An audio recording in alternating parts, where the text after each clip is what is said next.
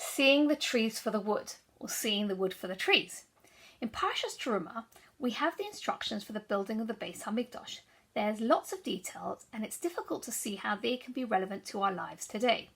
In Shemos, Perek Kaf Vov, Posuk Tesvov, we read about the karoshim, the planks or the boards that we use to build the Mishkan.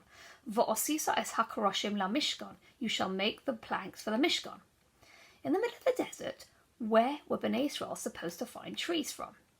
Rashi addresses this question and also asks, Haya lo lomar v'osisa karoshim. The Posuk could have said, you shall make planks or boards. Didn't have to say hakaroshim. The Medrash explains that they were very specific wood and they came from a very specific place. Medrash Tanchuma Tes Yudalad Umehechan hayu hakroshim, and where did the kroshim come from? The Medrash answers, Yaakov Avinu nota osom, but sha'a sheyorad lemitzrayim. Yaakov planted those trees when he came down from Egypt. Omar levanov, he said to his sons, Bonai, in my children, Asidim atem lehigael mikan. In the future, you will be redeemed from here. V'hakodesh baruch hu osid lomar lachem, and in the future, Hashem's going to tell you, Mishatem nigalim sheta'asu lo es hamishkan. You're going to be redeemed, and you're going to have to build the Mishkan. So Yaakov told his children, I'm going to plant trees now. Times might get very hard for you, but ultimately Hashem will redeem you, and you will build a Mishkan for him. Rav Yaakov Kamenetsky, who lives in America and passed away in 1986, explained that Yaakov understood that he had to plant trees. He knew the Bnei Israel would be redeemed, but he also knew that they would suffer very harsh slavery. Unless his descendants would have something in which they could believe in, something tangible, where Hashem would be showing that he's keeping his promise, a reminder, a tangible reminder that one day they would be able to leave this bitter exile, Yaakov planted trees to show his descendants that they would not live in Egypt forever. One day they would be free, and they would be free to build the Mishkan. In Bereshis, Memvov Posuk Aleph, when Yaakov left Canaan, on the way to Egypt, we read, Vayisa Yisrael v'chol ashelo vayavo be'er shava. And Yaakov went on his way, and he took everything he had with him, and he came to Be'er Sheva. Now the Posuk carries on, he says he sacrificed, so he gave sacrifices. But the Medrash explains that Yaakov had another reason for stopping in Be'er Sheva.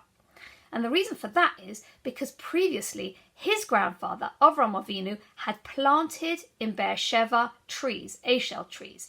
In Bereshis Kaf Aleph Lamed Gimel we read, Vayita Eshel B'Be'er Shava. Talking about Avraham, he planted trees in Be'er Sheva. But the Medrash in Bereshis Rabbah, Sadi Dalad 94:4 says, Yaakov stopped at Be'er Sheva before he went to Egypt, Shehalach lakutz arozim shenota Avraham zakeno be'Be'er Sheva. That Yaakov went and he cut down the trees that he knew his own grandfather had planted in Perek Kaf Aleph. Before Yaakov goes down to Egypt, in Perek Mem Vov, he goes and he takes the trees that Yaakov planted and he transplants them into Egypt. The trees that Yaakov planted in Egypt had a history. They were planted by Avram Avinu. Before Yaakov went on his journey, he went back to Be'er Sheva to get those trees to bring them down to Egypt. Why did Yaakov have to make such an elaborate arrangement? Surely he could have just planted his own trees. Why did he have to go back and get Avram's trees?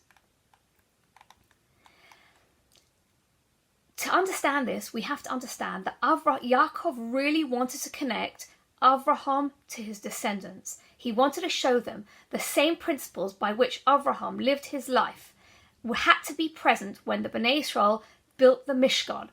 The Chazal was subtly teaching us by this Medrash, linking Avraham to Yaakov to the Bnei Israel coming out of Egypt, that the Mishkan could only be successful. A place where Hashem dwells can only be possible if it's built on the values and commitments and is upholding the lessons instilled by Avram Avinu. Another important lesson is being conveyed. If Yaakov wanted to teach his children the significance of remembering the past by taking the wood bequeathed to them by their grandfather Yaakov himself, then Yaakov himself had to set the standards by bringing something from his own grandfather. He went back to take his grandfather's trees from Beersheba because he wanted Bnei Israel to do the same. If parents forget about their parents, how can they expect their children to remember them? So hidden here in the details of building the Mishkan, we learn the valuable lesson that Yaakov taught us through planting trees from his own grandfather to uphold the tradition of us and our own family traditions, looking back at our strong roots. Look at the trees and remind ourselves where we come from and where we're going to.